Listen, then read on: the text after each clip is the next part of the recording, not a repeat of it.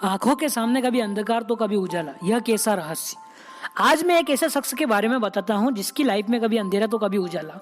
यह शख्स और कोई नहीं, श्रीनिवास रामानुजन की कहानी है। The great mathematics man Srinivasa Ramanujan, जिन्होंने 3884 प्रमेयों का संकलन करा और अधिकांश प्रमेयों को इन्होंने सिद्ध करा। इनका आरंभिक जीवन एक सामान्य बच्चे की अपेक्षा कुछ अलग था। इनका बौद्धिक विकास जो था बहुत ही कमजोर था। पढ़ने लिखने की प्रवृत्ति बहुत ही कमजोर थी। ठीक से बोलना नहीं आता, सीखना नहीं आता। जब ये 3 साल की आयु में हो गए तो लोग समझते थे कि इन्हें बोलना नहीं आता, सीखना नहीं आता, तो लोग इन्हें गूंगा समझते। जैसे तैसे विद्यालय गए, वहां एडमिशन लिया। प्रारंभिक शिक्षा में मन ही नहीं लगा। 10 साल की आयु में प्राइमरी परीक्षा में पूरे जिले में टॉप कर दिया। किस तरह अंधेरे से उजाला आया रामानुजन की कहानी में, लाइफ में, सुनिएगा।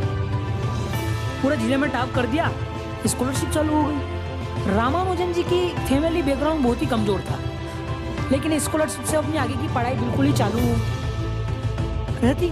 रामानुजन जी को अध्यापकों से प्रश्न पूछना बहुत ही अच्छा लगता और इनके जो प्रश्न थे अध्यापकों को बहुत ही अटपटे लगते, जैसे कि संसार का पहला पुरुष, पृथ्वी और बादलों के बीच की दूरी।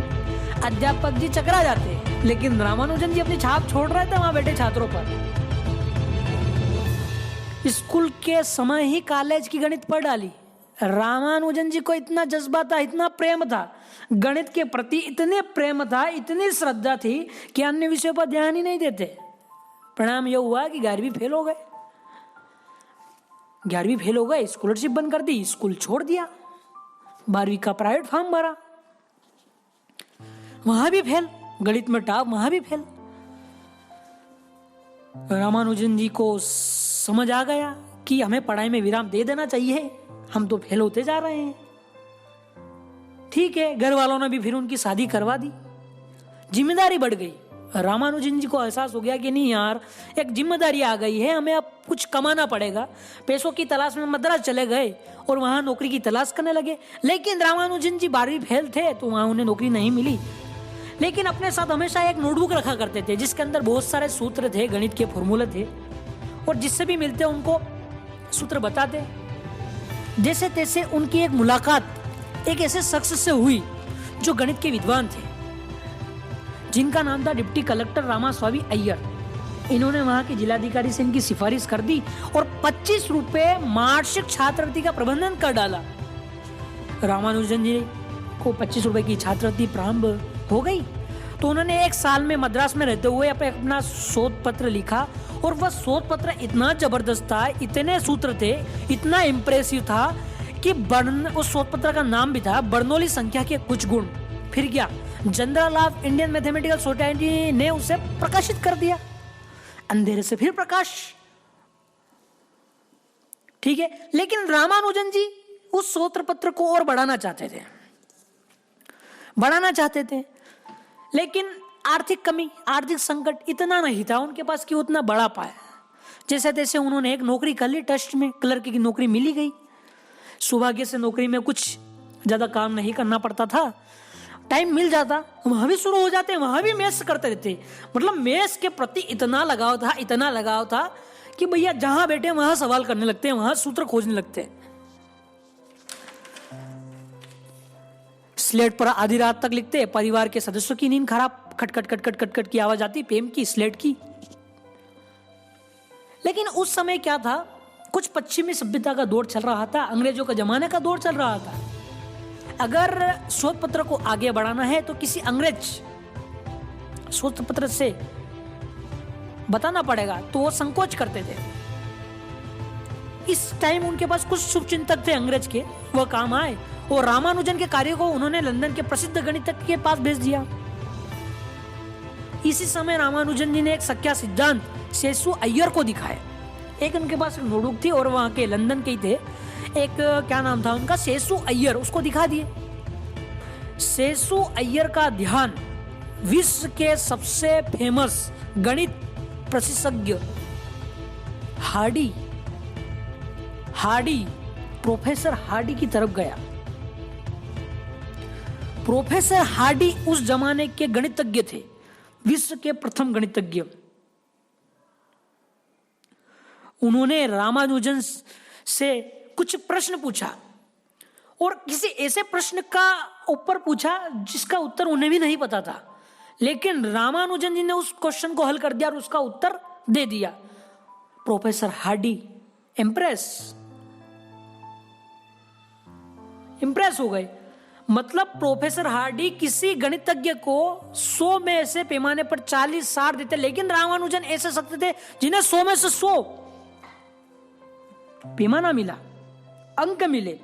रामानुजन जी की लाइफ में किस तरह एक मोड़ आता है समझेगा, अंधेरे से प्रकाशमान की तरफ आया। फिर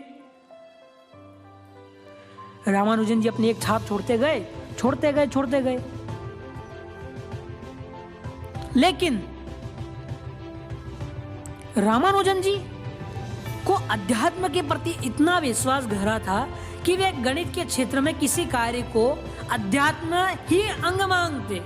वो कहते थे कि मेरे लिए गणित के उस सूत्र का कोई मतलब नहीं जिससे मुझे आध्यात्मिक विचार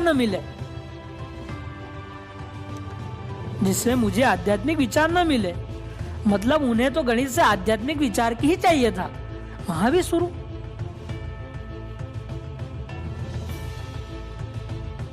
फिर वह जैसे तैसे वापस अपने घर की ओर आ गए, भारत प्रस्थान कर लिया, क्योंकि वहां का एक वायुमंडल था जिन्हें राजने उन्हें क्षय रोग की बीमारी हो गई थी। लेकिन उन्होंने डिसाइड कर लिया था कि मुझे भी वहां शोध पत्र करना होगा, तरक्की तो पानी है।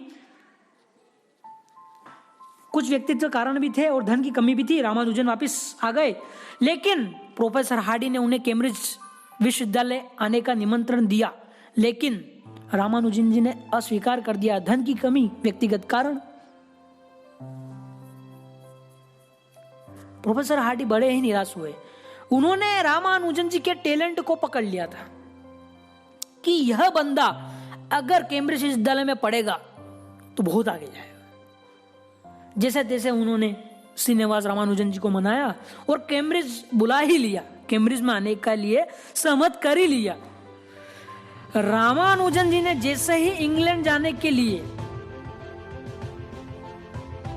फ्लाइट में चढ़े कि उन्होंने वहां पर अपनी एक नोटबुक में करीब 3000 नए सूत्रों को नोटबुक में लिख दिया। और जैसे ही लंदन की धरती पर कदम रखा, प्रोफेसर हार्डी ने उनके लिए एक ऐसी व्यवस्था कर रखी थी कि उन्हें कोई परेशानी ही नहीं हुई। इंग्लैंड में रामानुजन को बस एक थोड़ी सी परेशानी थी। उनका एक शर्मिला स्वभाव था, शांत स्वभाव था और शुद्ध सात्विक थे, अपना भोजन स्वयं बनाते। और उन्होंने कैम्ब्रिज विश्वविद्यालय से बीए की उपाधि धारण कर ली। इसके बाद वहां रामानुजन को रॉयल सोसाइटी फेलो नामित किया गया। ऐसे समय जब भारत गुलामी में जी रहा था, तब एक अश्वेत व्यक्ति को रॉयल सोसाइटी की सदस्यता मिलना बहुत बड़ी बात थी। रॉयल सोसाइटी तो पूरे इतिहास में इनके कम आयु का कोई सदस्य आज तक नहीं हुआ। पूरे भारत के में उस समय शुभचिंतकों ने उत्सव मनाया, सभाएं की। लेकिन रामानुजन का वहां स्वास्थ्य गिरता जा रहा था, क्योंकि उन्हें वहां का पर्यावरण सूट नहीं हो रहा था और उन्हें एक बीमारी हो गई, क्षय रोग। उस समय क्षय रोग का कोई टीका नहीं था। डॉक्टरों की सलाह थी कि उन्हें वापस भारत लौटना जाए। उन्हें भारत लौटना पड़ा। फिर वहां पर मद्रास में विश्वविद्यालय में प्रधान अध्यापक की नौकरी मिल गई और रामानुजन वहां भी शोध कार्य करने लग गए। लेकिन स्वास्थ्य बहुत ज्यादा बुरा प्रभावित हो चुका था। रामानुजन जी द्वारा प्रतिपादित फलन का उपयोग गणित ही नहीं बल्कि चिकित्सा विज्ञान के कैंसर को समझने के लिए भी किया जा रहा था। Theta function, mark theta function एक सूत्र पद लिखा था और उस सूत्र पद से चिकित्सा विज्ञान में कैंसर को समझने के लिए भी इसका उपयोग किया जा रहा था।